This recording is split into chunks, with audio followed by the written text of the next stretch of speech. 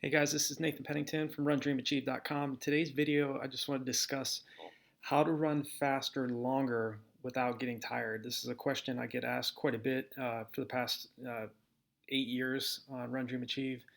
Uh, you know, it, Running takes a great deal of effort and patience on your part. Running faster longer, how to do that efficiently doesn't occur overnight. I think one of the biggest challenges that we have as distance runners is that we want the results, we want them fast, and then we start to second guess ourselves, and we question our capabilities. Like, am I running too many miles? Is my best running behind me? When a lot of the times it's just a matter of consistent and persistent training and being patient enough to see those physiological adaptations that we want and that we're seeking to take place. The old saying that it takes approximately 21 days to break a habit or to form a habit can oftentimes be true. But when it comes to distance running, how to run faster, longer, really takes obviously it takes time, but you also have to continually be practicing the goal pace that you're trying to hit. Whether it's you're trying to break a 5 minute mile, or you're trying to break 2 hours for the half marathon, or maybe even more aggressive type goal like try to break an hour and 15 minutes for the half, or regardless what your goal is, you have to continue to practice running faster than you're trying to race at. Obviously we can't spend a lot of times training at like a minute to a minute and a half to 2 minutes faster than our goal race pace. None of us can do that, but you can spend a little bit of time each week training at those types of speeds. That's sprint pace. You're running, if you're trying to run say 2 minutes faster than your goal marathon pace, you're not going to be able to sustain that pace for very long. That goes for me or anybody else. But because you've spent that time training at such a high intensity, that goal race pace is going to feel much more in control. But also it's going to allow you to be able to run for a longer period of time and for and faster as well, because you're teaching your body to improve its lactate tolerance capability. And that's the name of the game when it comes to racing. There's a lot of different components to running efficiently and economically throughout the race. It's one thing to, I say this all the time, it doesn't really matter that you were on your goal race pace for 15 miles of a marathon, or you were on pace for, you were on record pace for 3 miles of your 10K. What counts is, what did you cross the finish line in, and did you achieve your goal? And if you didn't achieve your goal, it doesn't mean that you're doing something wrong. It may mean you have to make some adjustments in your training. Maybe you have to, maybe you're running low on a specific mineral, or you're not getting enough sleep, or you're not hydrating properly, or hydrating enough. There are so many different components that goes into running success. It doesn't happen overnight. I have to stress that over and over and over, because I've dealt with impatience as well as an athlete, and I know it's an issue that athletes, whether you're a beginner level or you're an elite athlete, we all face that, because we want results. We want to see that our hard work is paying off, and that we're succeeding in what we're doing. It's very easy to get discouraged when you don't see the results that you're seeking, and they're not coming as fast as you want them to come. It took me years to get to a point where I could run a marathon successfully, and I'll tell you, and I'll be the first to admit that I made far more failures leading up to breaking 2 hours and 20 minutes than I had successes. And it was the same when I was competing in high school. All I did was run. I saw an ability that I had. The first time I ran the mile, I ran it in 5 minutes and 30 seconds, and the first time I ran the 2 mile, I ran it in 11 minutes and 30 seconds. Remember it like it was yesterday. But I found a passion for it, and I know there's athletes. There's athletes just like me out there, and far better athletes than I ever was as well. We all have different physiological genetic capabilities, but if you're lacking in talent, like I was, then you can make up for it. It's going to take you much more time than it's going to take somebody that has obviously, higher VO2 max capability, is able to clear lactic acid faster than you and I. You know, that's and I made a video about that too. So definitely, if you haven't yet subscribed to this channel, click on the subscribe button and the bell icon as well. That way, anytime I make a new video, you'll be able to be notified of that. And I'll also leave some information below this video in the description that will give you some resources. RunDreamAchieve.com. I've had it for over 8 years now, and I've created training programs for beginners to elite level athletes. You'll see that on the shop page. And the running courses that I've created, they're for mainly marathoners, but I'm moving in, and half marathoners, but I'm moving into focusing on other specific events. So check out the description of this video as well, so there'll be some resources there for you. But just kind of going back to the topic of how do you run faster for longer periods of time,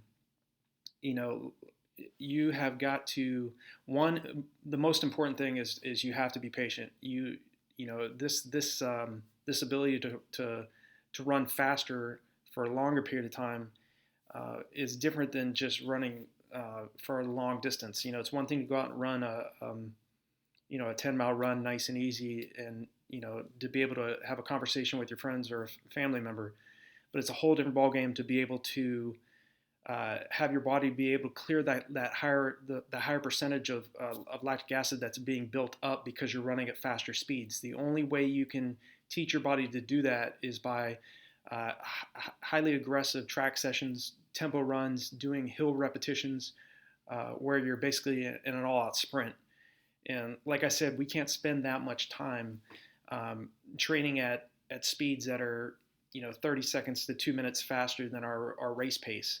And that's going to also vary depending on your distance. Like if you're running a 5K, okay, and your goal race pace is 7 minutes, a 5K 3-mile race is totally different than a marathon being 26.2 miles.